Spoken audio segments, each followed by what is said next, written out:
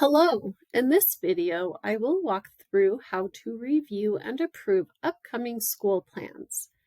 As you review and approve the plans, please remember that no student or personal data may be listed in the plan. For the school to be considered to receive funding in July, your review of the plan needs to be completed by May 15th. First, you will need to log into the website.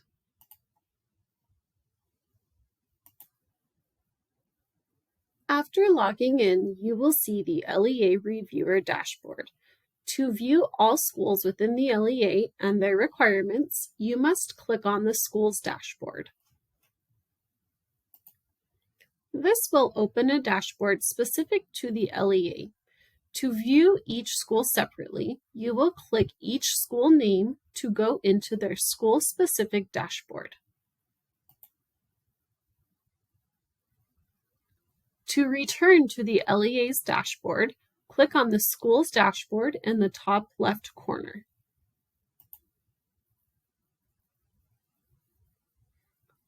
When reviewing an upcoming plan, you will know it is ready for your review when it says, "Awaiting LEA Review." You will need to click on that link.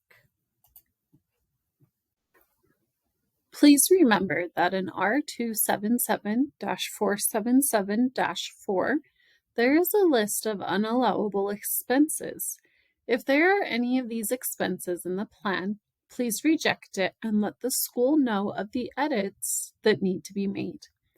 These expenses are costs related to district or school administration, including accreditation, construction, maintenance, facilities, overhead, furniture, security, athletics, and expenses for non-academic in-school co-curricular or extracurricular activities. When reviewing the upcoming plan, you will need to verify that each section has been filled out. The different sections are stating the goal, measurements, academic area, and action plan steps and expenditures. The comment section is where communication about the upcoming plan will be documented. When reviewing the goal, please check that goals are written in a way that answers the question, what do you want students to do? The goals should also be SMART, student-centered, specific, stated in positive terms, measurable, academic, achievable, relevant, and time-limited. The best goals are short, sweet, and to the point, only 1 to 2 sentences long. For academic areas, the school should only select the priority need that the goal is written for. If the academic area doesn't have data or measurements attached to it, it should not be included as an academic area.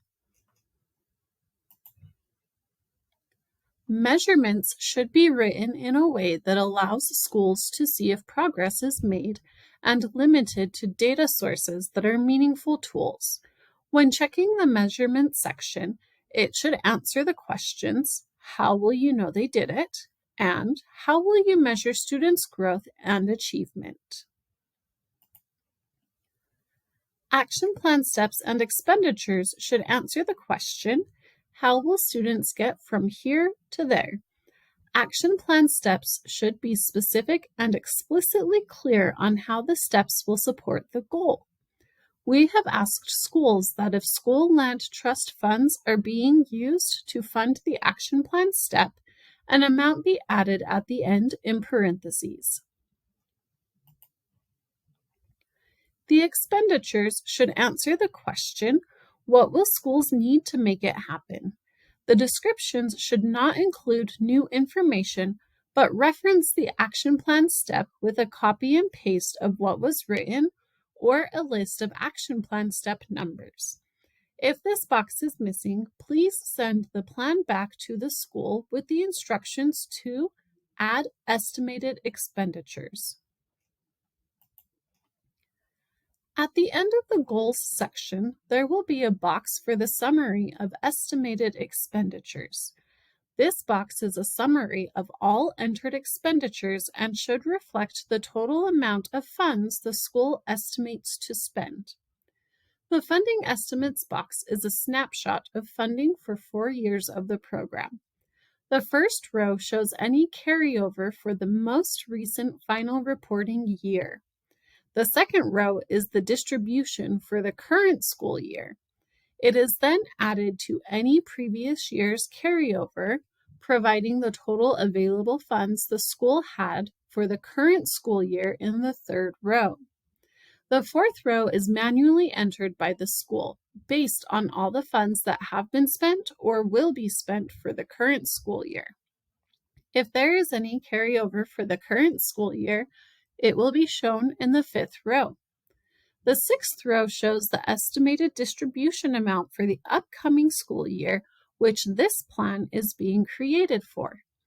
Row 7 calculates the current school year's estimated expenditures and any current year carryover, along with the estimated distribution for the upcoming school year to equal the total available funds for the upcoming school year.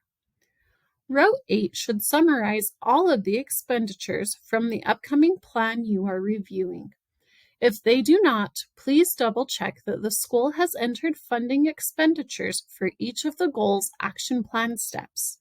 If there is still a discrepancy, please contact us at schoollandtrust@schools.utah.gov. The last row subtracts the estimated expenditures for the upcoming school year from the total available funds in row 7 and provides a carryover amount for 2 school years from now.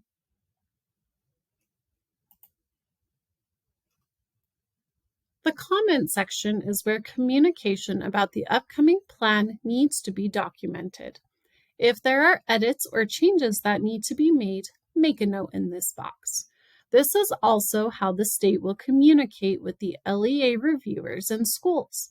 All comments are permanent and cannot be edited once submitted.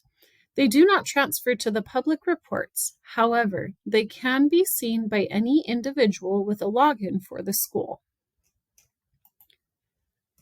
If there is something that needs to be fixed, you will click Needs Edits and then Finish Review, and let the school level know there are changes to be made. If everything looks correct, you will choose Approve. After Approve has been clicked, there will be a board approval date that pops up. You will need to choose the date the board approved the plan. Once the date of board approval has been chosen, you will click Finish Review. In the same section, you will see this list at the end of the plan review.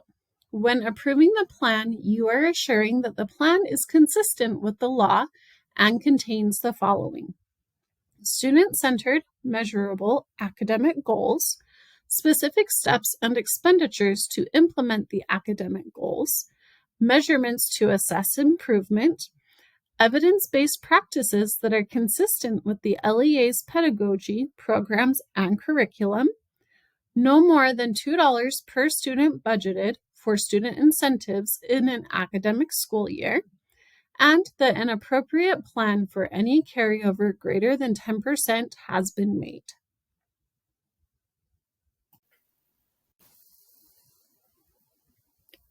To double-check that the plan has been reviewed, you will click the Back button.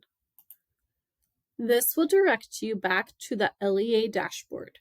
You will look for the status to be changed to the upcoming school year and awaiting SCT review.